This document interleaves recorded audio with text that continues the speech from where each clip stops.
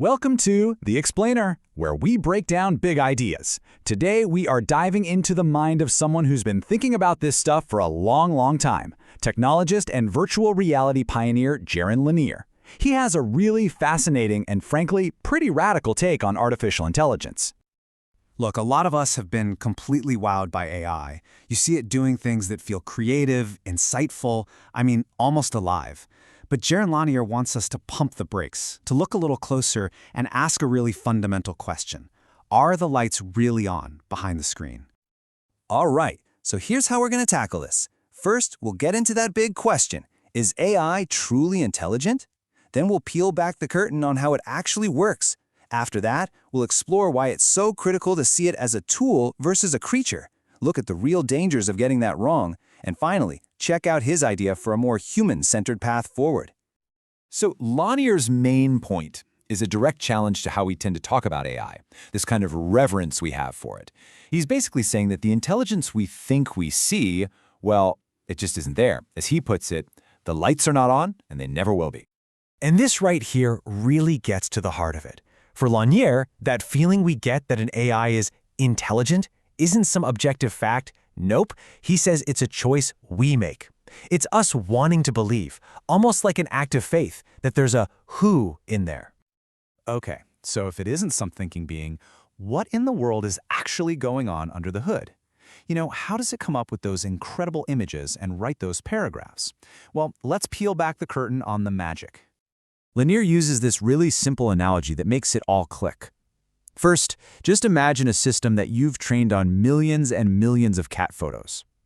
It's not learning what a cat is in any philosophical sense, it's just getting ridiculously good at one thing, recognizing the statistical patterns that we humans have labeled cat.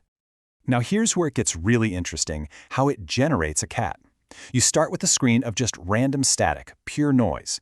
Then the system makes a tiny little change and asks itself, is this new pattern just a little bit more cat-like than before? If the answer is yes, it keeps it. Do that millions of times and boom, a cat literally emerges from the static. It's like the perfect average of every single cat image the system has ever processed. The real magic, what feels like creativity, happens when you give it a complex prompt. So if you ask for, say, a kangaroo playing a didgeridoo, the system is desperately trying to satisfy the kangaroo recognizer and the didgeridoo recognizer at the same time. It's this incredible process of filling in the gaps between human ideas that we perceive as creativity. It's not inventing anything new. It's just being an incredibly skillful remix artist. And that explanation perfectly sets up Lanier's main argument. Once you understand the process, you realize that we're making a huge category error in how we even talk about AI. So we have two paths here. We can see AI as this mysterious, magical creature, a who, that thinks and creates on its own.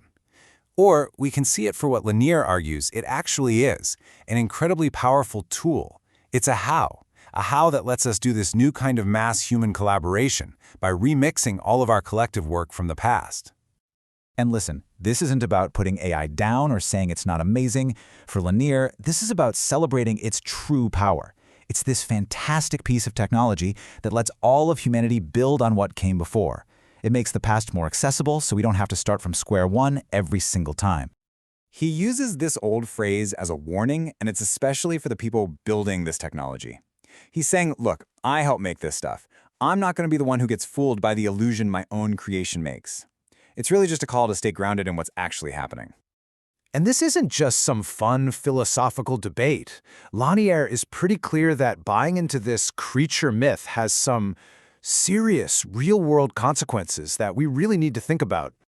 Because think about it.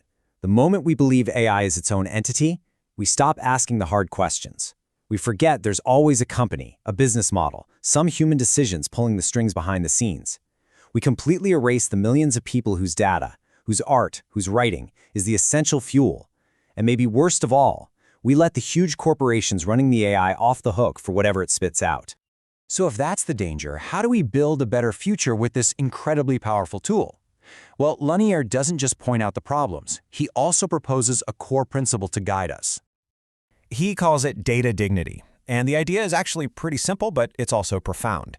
If an AI system is really just a giant collaboration of human effort, then those humans should be part of the equation.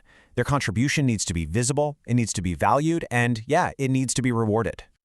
And this is why data dignity is so important. Instead of creating a future where technology just makes people obsolete and dependent on something like a universal basic income, we should be designing systems that create new kinds of opportunities. The goal is to build more creative classes, whole groups of people who are actually paid for providing the unique, high-quality data that new AIs will always need. So at the end of the day, Lanier's message is really one of empowerment. It's about taking responsibility. The future of AI isn't some sci-fi movie destiny that's just happening to us. It's a system we are actively building right now, which means we have a choice. Are we going to mystify it and end up serving a creature of our own making? Or are we going to demystify it and build a tool that truly serves all of humanity?